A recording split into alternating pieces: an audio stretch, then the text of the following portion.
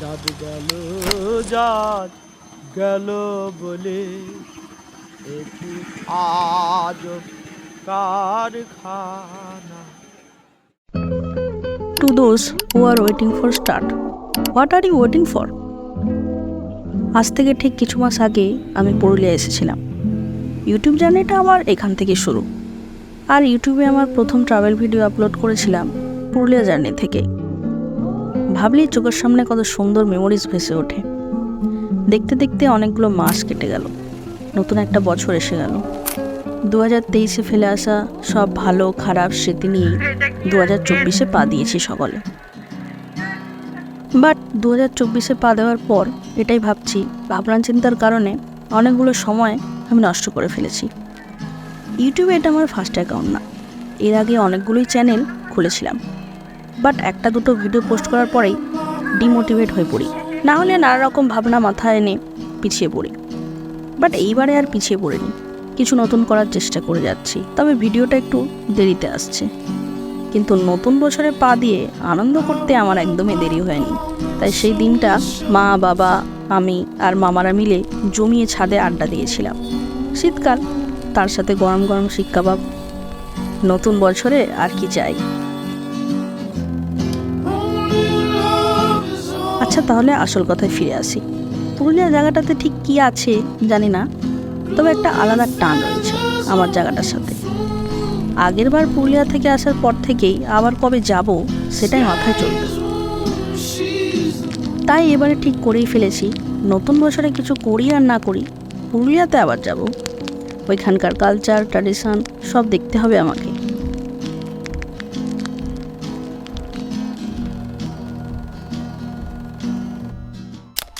তাই पुरुलिया भ्रमणेर द्वितीय पर्वे सब्बाइके वेलकम। दोस्तों, अपनी कुर्सी का पेटी बांध लीजिए, क्योंकि हम लोग पुरुलिया घूमने वाले हैं।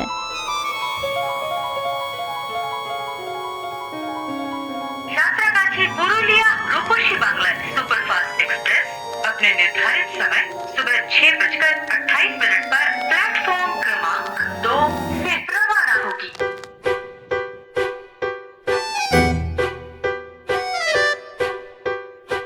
Life is all about depression, frustration, anxiety, career pressure, family issues, but किंतु परंतु একজন মহান ব্যক্তি বলেছিলেন, जिंदगी मुश्किल से भारी है मगर जिंदगी जीने का तरीका मजेदार होना चाहिए।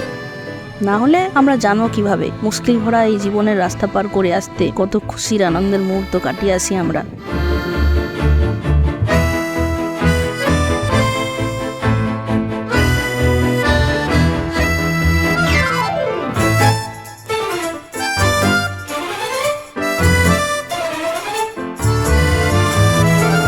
আমরা এখন কোথায় আছি?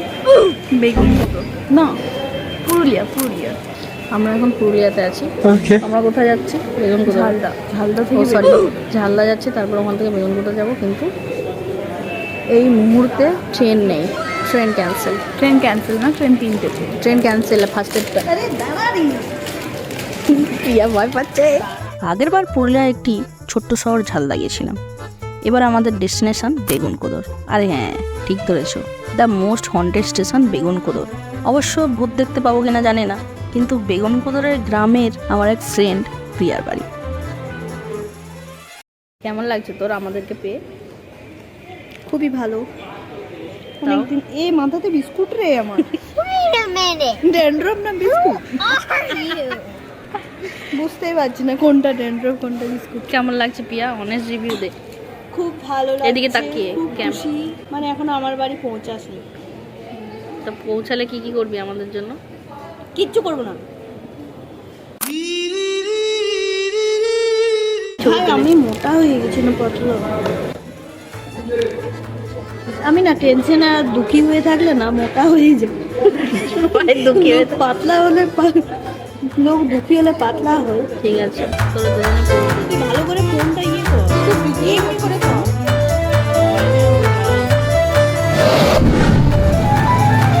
সেই ভোর 5টা থেকে বেরিয়ে সাঁতরাগাছির থেকে বেগুনকোদর আসতে আসতে যা অবস্থাটা না আমাদের হলো, তাই আর কথা বাড়ালাম না।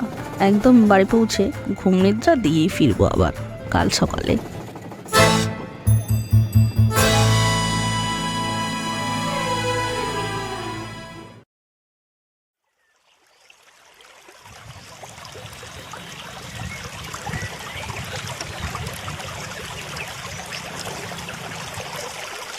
প্রিয়ার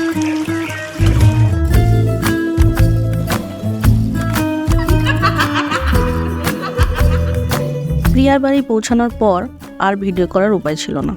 খাওয়া দাওয়া সেরে বাড়ির সকলের সাথে গল্প করে ঘুমিয়ে কেটে গেল বাকি সময়টুকু। তাই আজকে সকাল সকাল বেরিয়ে পড়েছিলাম বেগুনকুদর গ্রামটাকে দেখতে।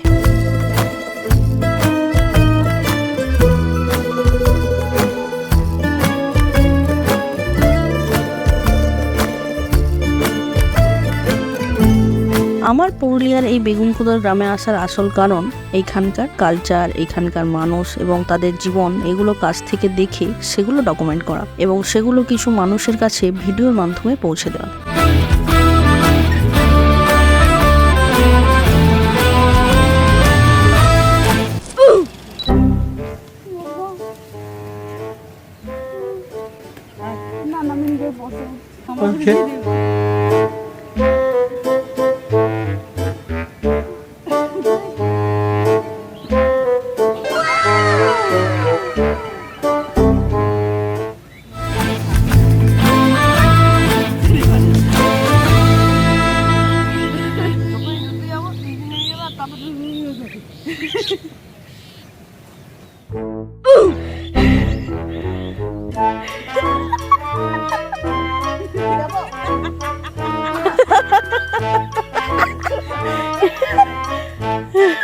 হাতটা দে, হাতটা দে।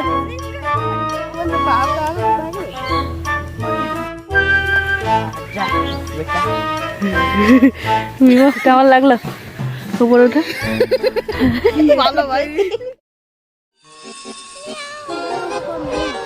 আগেরবার ঝালদা এসে একটি বড় ফেস্টিভ্যাল মনসা পূজার সাক্ষী হয়েছিলাম, কিন্তু সেইবার সেটা ক্যামেরাবন্দি করা হয়নি। But this time I got the chance. এইবারে পুরুলিয়ার একটি কালচারাল সাইড আমি দেখানোর সুযোগ পাচ্ছি, সেটা হলো টুসু পরব। যাই হোক, যেটা বলছিলাম, আসার কিছুদিন আগেও জানতাম না আমি এরকম কোনো কিছু দেখতে পাবো। আমি তো শীতের শুধু পুরুলিয়ার প্রাকৃতিক সৌন্দর্য দেখতে আসছিলাম, বাট লাকিলি প্রিয়ার থেকে জানতে পারি পুরুলিয়াতে এই শীতের সময় মানে মকর সংক্রান্তিতে টুসু পরব হয়ে থাকে।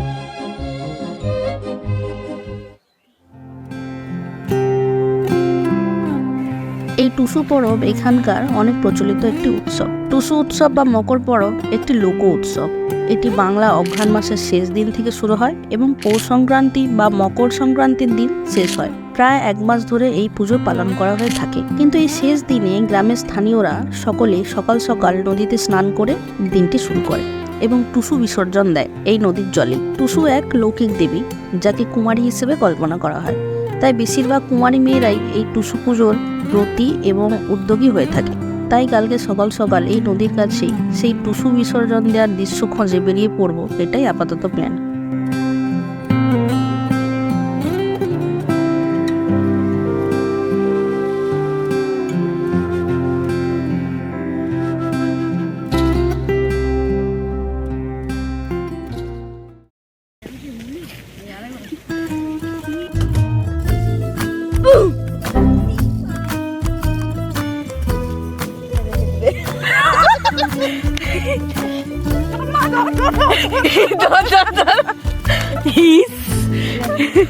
বলছে ও মা ধর ধর ধর ধর।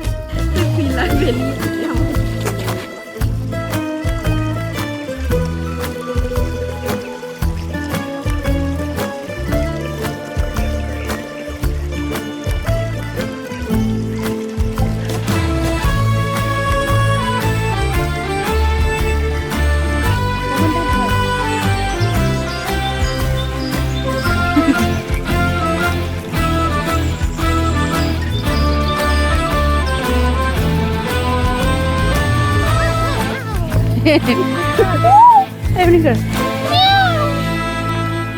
কুকুরের মতো কর। এই বাবা এখানে পটে কাঁচা কাঁচা কই আছে, আমি দেখলাম। কে মারালি? ভাই নাই মারালি। এ ভাই সাবধান। Nice.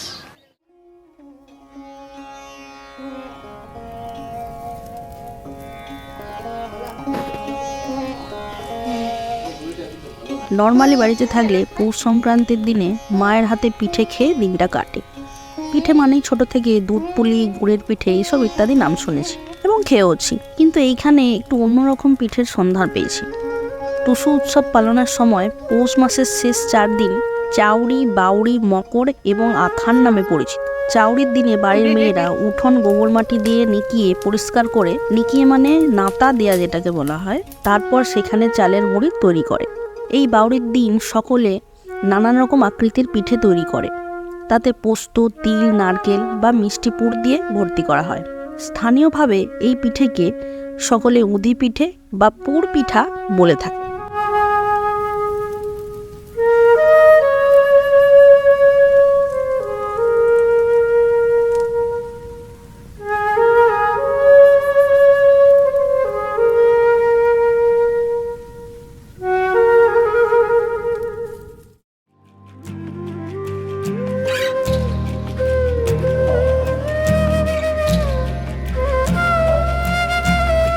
টুসু শব্দটি তুস থেকে এসেছে। টুসুকে জলে বিসর্জন দেওয়ার অর্থ হলো তাকে কবর দেয়া। তাই পৌষ সংক্রান্তি বা মকরের ভোরের বেলায় গ্রামের মেয়েরা একসাথে জট বেঁধে গান গাইতে গাইতে টুসু দেবীকে বাঁশ বা কাঠের তৈরি নানা রকমের রঙিন কাগজে সাজানো চৌডাল বা চতুর্দলায় বসিয়ে নদীতে নিয়ে যায় এবং টুসুকে নদীর জলে বিসর্জন দেওয়া হয়।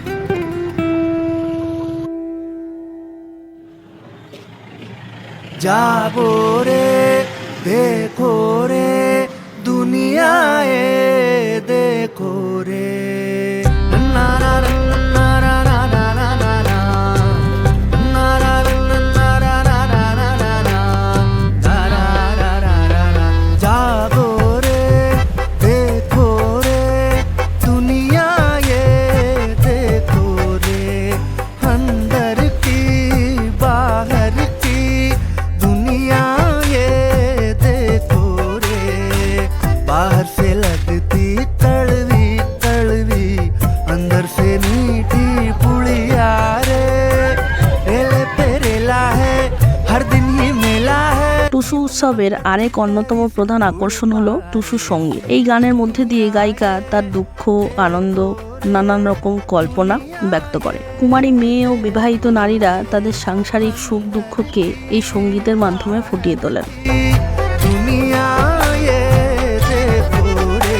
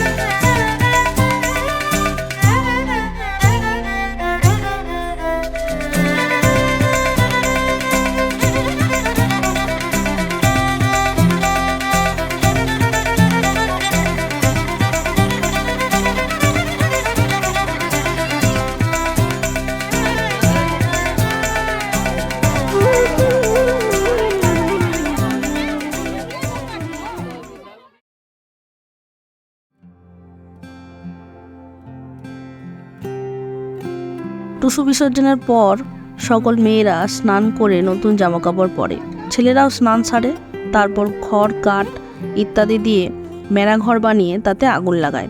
ওই দিন স্নান সেরে নদী চত্বরে থাকা পুরোহিতদের প্রায় সকলেই দান ধ্যান করেন।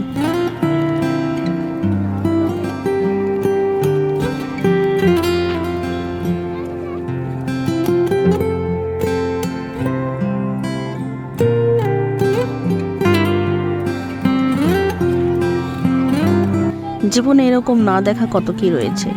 আমি এটাই মনে করি, ট্রাভেলিং ইজ নট অ্যাবাউট সুন্দর ডেস্টিনেশনে পৌঁছে গিয়ে সেখানে ছবি তোলা, এর মধ্যে কোনো সার্থকতা নেই। ট্রাভেলিং মানেই সমস্ত লাক্সারি জিনিস ছেড়ে দিয়ে কোনো জায়গার লোকাল মানুষদের সাথে থেকে তাদের সাথে মিশে সেখানকার কালচারাল অ্যাক্টিভিটিসগুলো এক্সপিরিয়েন্স করা। আর আমার জীবনের এতগুলো সময় পেরিয়ে যাওয়ার পরও আমি খুবই লাকি, তাই এরকমভাবে আমি আমার লাইফ এক্সপিরিয়েন্সগুলো ডকুমেন্ট করতে পারছি। জীবনে অনেক অজুহাত আসবে, কে কী বলবে, কে কী ভাববে, আজ করব কাল করব বলে আমরা অনেক কিছুই ফেলে এগিয়ে যাই। বাট ইন দি এন্ড এই নিজের ফেলে রাখা চাওয়া পাওয়াগুলো পূরণ করার মধ্যেই বেঁচে থাকার আসল সার্থকতা। আমার এই কিছুদিন প্রিয়ার বাড়িতে থেকে খুব কম সময়ে সকলের সাথে একটা আলাদা সম্পর্ক তৈরি হয়ে গেছে।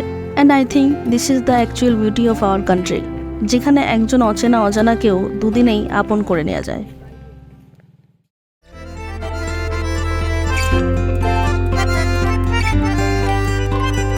টুসু পরব আমার কাছে একদম অন্যরকম এক্সপিরিয়েন্স ছিল।